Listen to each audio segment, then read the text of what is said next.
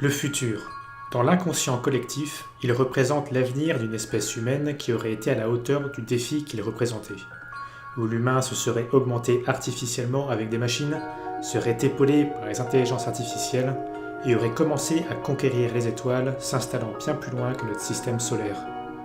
Qu'il fût joyeux ou pessimiste, le futur aurait fait preuve d'un tour de force technologique et aurait parachevé l'évolution de notre espèce, qui aurait définitivement fait tomber tous les obstacles que l'existence avait placés sur sa route.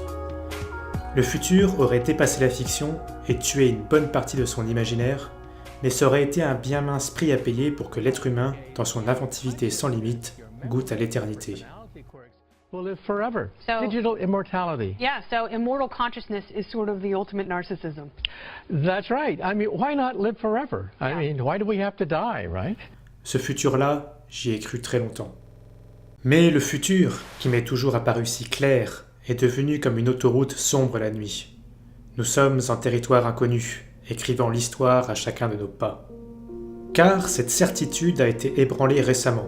J'avais déjà un pressentiment latent, mais il m'aura suffi de regarder la vidéo de la chaîne Game Spectrum, Les jeux vidéo vont-ils disparaître, que je vous conseille de regarder, soit dit en passant, il faut la voir, c'est essentiel, pour que je prenne conscience que la situation était pire que je l'imaginais. Pour faire bref, et ne pas gâcher le contenu de sa vidéo, Thomas questionnait la place du jeu vidéo dans la situation plus que délicate dans laquelle se trouve le monde aujourd'hui. Appuyé par des sources issues de nombreux experts, le bilan dressé était que l'humanité vivait bien au-dessus de ses moyens, que ce soit sur le plan écologique, technologique et des ressources essentielles. Le tout dû à une course à la surconsommation et à la surproduction, résultante inévitable de notre système capitaliste, n'ayons pas peur de le nommer. Au final, si notre espèce n'effectue pas collectivement une transition dans sa manière d'occuper notre planète et d'utiliser ce qu'elle nous offre, les civilisations vont connaître un retour en arrière technologique brutal, jamais vu dans l'histoire de l'humanité, et qui sera inévitablement aggravé par le réchauffement climatique et tout ce qu'il implique, et qui est issu des mêmes problématiques. On peut évoquer le fait qu'on se trouve actuellement dans la 6e extinction de masse, du jamais vu depuis la fin des dinosaures, coûtant la vie à de très nombreuses espèces animales, et à terme peut-être bien la nôtre aussi. Et tout ça, c'est pas dans 100 ans, c'est dans une trentaine d'années selon les calculs récents. On sera encore en vie et en bonne santé quand ça nous tombera sur le coin de la gueule. En gros, le futur tel qu'on peut se l'imaginer aujourd'hui dès qu'un JT évoque les progrès technologiques ou dès qu'une œuvre de fiction le dépeint, peut nous paraître désormais subitement caduque. En tout cas, en ce qui me concerne, il ne m'évoque plus grand-chose. La science-fiction, plausible à une époque, ressemble maintenant à un conte de fées, à un mythe, et quelque part, c'est déjà du passé. Au point où les quelques idées de scénarios de SF que j'avais écrits et qui me tenaient à cœur sont devenues du jour au lendemain bêtement vains et naïfs à mes yeux, parce qu'ils n'avaient quasiment plus aucune chance d'être possibles un jour ou l'autre dans la réalité, alors que j'ai toujours eu une affection très forte pour la SF. Aussi, j'ai été tout d'un coup beaucoup moins enthousiaste dans le tournage et du montage de la vidéo sur Ghost in the Shell, puisque le sujet était, à mes yeux, devenu beaucoup plus abstrait. J'ai d'ailleurs pas pu m'empêcher de glisser une référence à la vidéo de Game Spectrum dans le sketch, parce que mieux vaut en rire. Et pourtant, le sujet ne me donne plus du tout envie de rire. L'imminence globale de la catastrophe et le désintérêt général que ça suscite m'inquiètent. Mais comme Thomas de Game Spectrum, je me suis demandé quelle était ma place dans tout ça, la place de mes passions, et qu'est-ce que je pouvais faire concrètement avec mes compétences et à mon niveau. Puisque sur Tachikoma Prod, on aime bien parler de culture populaire, du coup on va se servir d'un film pour développer notre propos. Tomorrowland, ou À la poursuite de demain dans nos contrées, de Brad Bird, dont c'est le second film en prise de vue réelle après Mission Impossible Protocole Fantôme, et qui est sorti en mai 2015. Boudé par le public, ce film pourtant bien sympa raconte l'histoire d'une adolescente, Cassie Newton, qui rentre en contact avec un pins mystérieux qui lui offre un aperçu d'une ville futuriste, Tomorrowland, dépassant son imagination. Voulant à tout prix retrouver cet endroit incroyable, elle se retrouve flanquée d'une androïde nommée Athena, et toutes deux partent à la recherche de Frank Walker, inventeur qui vit reclus après avoir été exclu de Tomorrowland, désabusé et ne croyant plus en rien. En effet, il semble connaître l'exacte date de la fin du monde. Le trio cherche à rejoindre Tomorrowland, vitrine du futur déplétri qui existe dans leur mémoire collective. Un peu comme notre propre futur, qui existe d'une certaine manière dans notre imaginaire collectif, mais qui est aujourd'hui menacé. Et ce n'est pas de l'aventure en elle-même que propose le film dont je vais parler ici, mais bien de son propos et cette fameuse fin du monde qui pèse tant sur les épaules de Frank Walker. Parce qu'aujourd'hui, dans notre monde, on est tous Frank Walker. On voit la fin arriver inexorablement. On le sait, on a été plus d'une fois prévenu et on sait quand ça arrivera. et on se sent impuissant. Le film révèle que Tomorrowland abrite en réalité une machine créée par Frank qui permet de montrer le passé et le futur, mais qu'elle est aussi paramétrée pour envoyer à l'humanité une idée absolument implacable. Le monde court à sa perte. Ce qui, à la base, devait avoir pour effet de motiver les gens à se retrousser les manches et collectivement trouver une solution pour sauver le monde, a eu l'effet totalement inverse. L'humanité a accepté sa perte, a préféré détourner le regard de l'imminence et a préféré célébrer la fin du monde à travers différents médias de fiction. En gros, c'est le fond du monologue de David Nix, le personnage campé par Hugh Laurie, antagoniste tout relatif du film. Un monologue totalement inattendu dans une production grand public Disney qui vient mettre un coup de poing dans l'estomac. Mais revenons un peu en arrière dans le film, nous reviendrons au monologue plus tard. Lorsque Cassie touche le pins, elle se retrouve alors à Tomorrowland. Pas la vraie, mais une publicité interactive censée montrer à quel point le futur sera incroyable grâce à toutes les expérimentations faites dans la ville. Tomorrowland, c'est un laboratoire du futur à l'image de l'idée qu'on s'était faite du futur à un moment donné.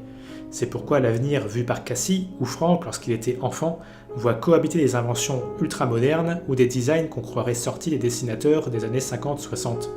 Cela explique aussi pourquoi la Tomorrowland actuelle est déserte et vide. Le passé pouvait se permettre de rêver du futur. Notre présent, vit au présent sans se soucier de l'avenir. Le pins de Cassie lui a montré une illusion, une impossibilité pour notre présent. Le futur que Cassie a vu, c'est aussi un peu le futur dont je rêvais. Probablement le futur dont nous rêvions tous. Forcément, le réveil est un peu dur. La vérité, c'est que la Tomorrowland du pins, tout comme notre futur tel qu'on pouvait se l'imaginer, n'existe plus.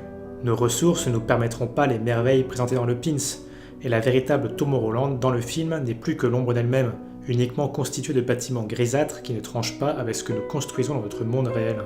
C'est là qu'on revient au monologue de Nix, parce que si Tomorrowland n'existe plus, c'est parce que l'humanité a abandonné l'idéal du futur qu'il représentait.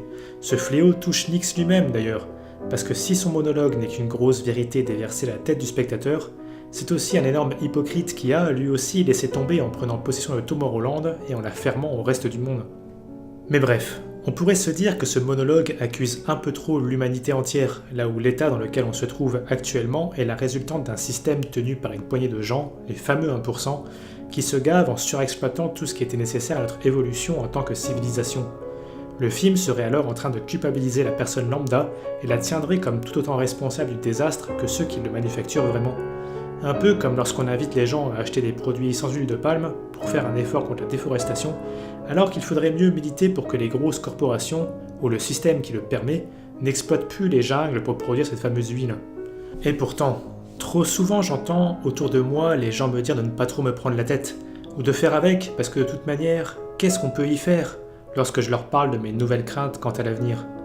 Et ça, c'est sans compter ceux qui s'en fichent tout simplement. Alors oui, je pense qu'on est trop nombreux à avoir abandonné et à avoir accepté notre fin. C'est visible sur différents fronts, que ce soit tous ces gens sur les réseaux sociaux qui considèrent que notre espèce mérite de disparaître pour ce qu'on a fait subir à notre planète, et en occultant le fait qu'on aurait tout à fait le potentiel pour la sauver. Ça se voit aussi dans ce qu'on regarde et plébiscite. En mai 2015, en même temps que Tomorrowland, est sorti Mad Max Fury Road, qui a eu un tout autre retentissement critique et relativement public. Attention, je ne fais pas de constat qualitatif sur le film de George Miller. Il a probablement mérité son accueil. Mais force est de constater que la coïncidence des sorties était intéressante. D'un côté, Tomorrowland, film qui met en évidence les défis que traverse notre monde, qui pourrait causer sa perte, mais reste délibérément optimiste. De l'autre, Fury Road, dans lequel l'apocalypse a eu lieu et où l'espoir d'un lendemain meilleur n'est plus vraiment de mise.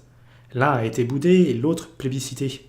On pourrait me dire que Fury Road propose aussi un constat relativement optimiste sur sa fin, avec une reconstruction possible d'une proto-société par Furiosa.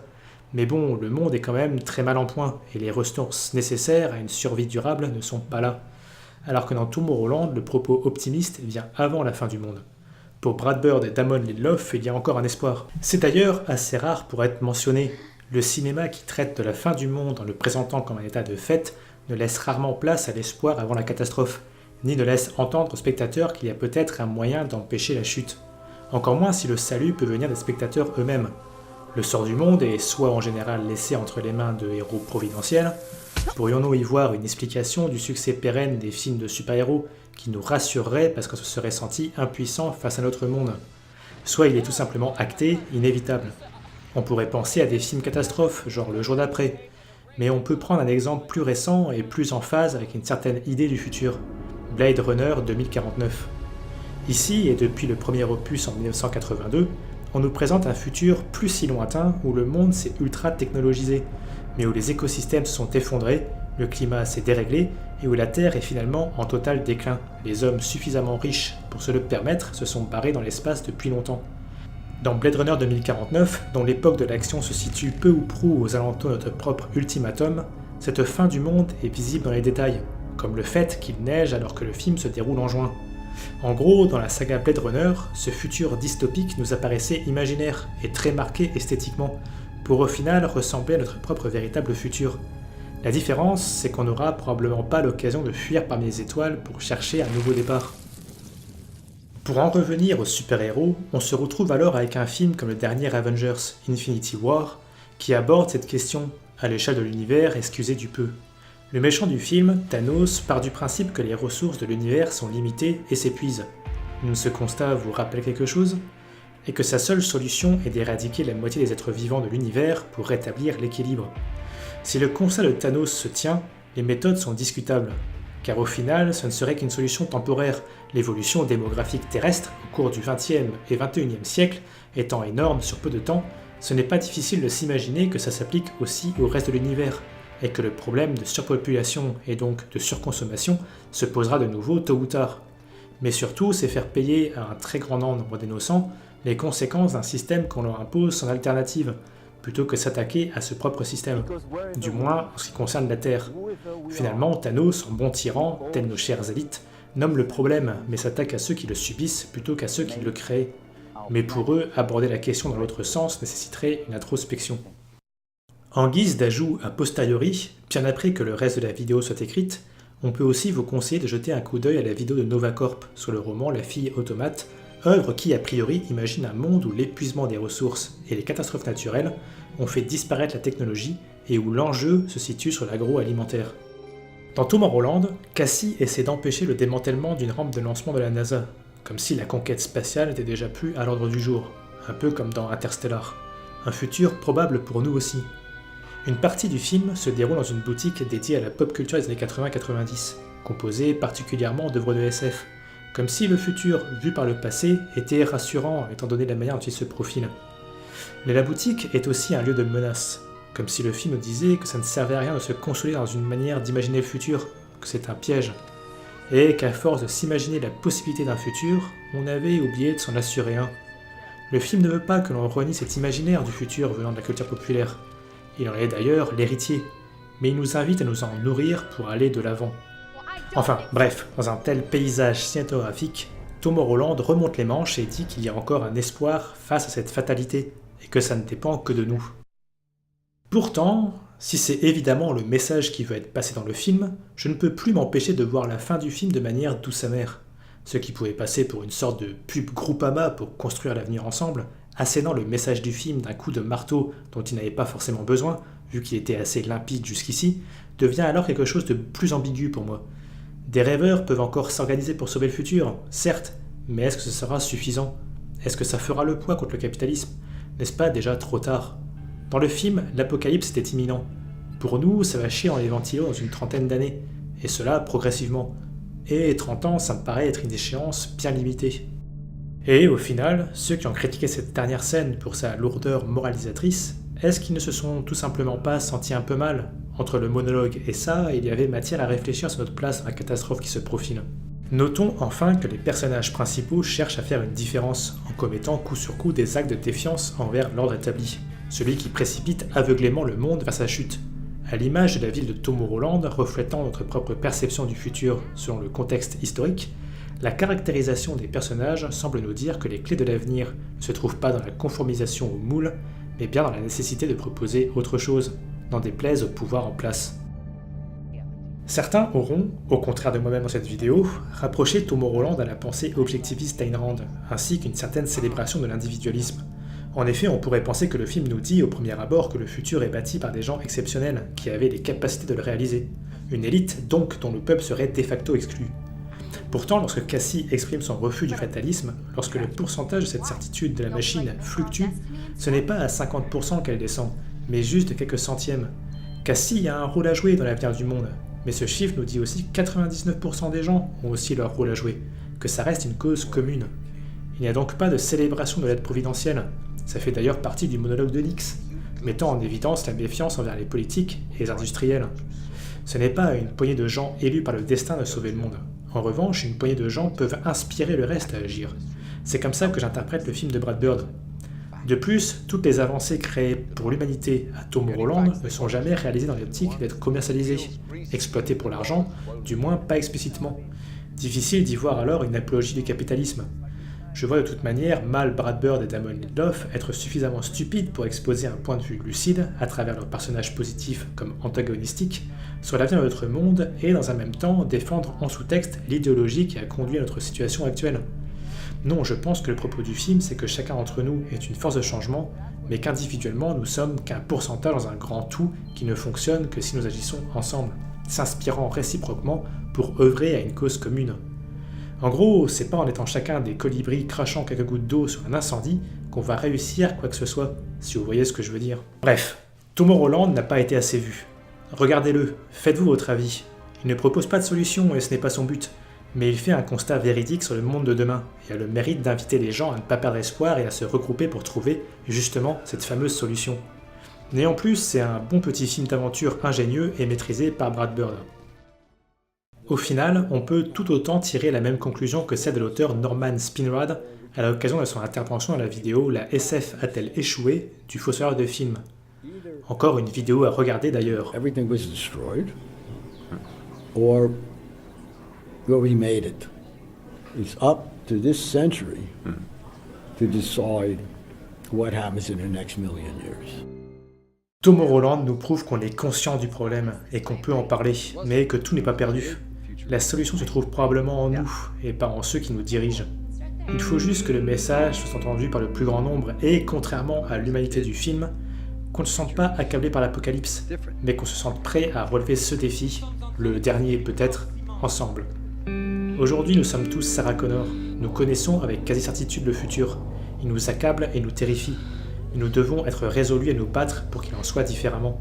Car au final, le futur n'est jamais fixé, et il n'y a pas de fatalité. Juste ce que nous faisons. Alors, vous qui avez regardé cette vidéo, souvenez-vous du futur. Il ne sera peut-être pas tel qu'on se l'imaginait, mais il mérite encore qu'on se batte pour lui.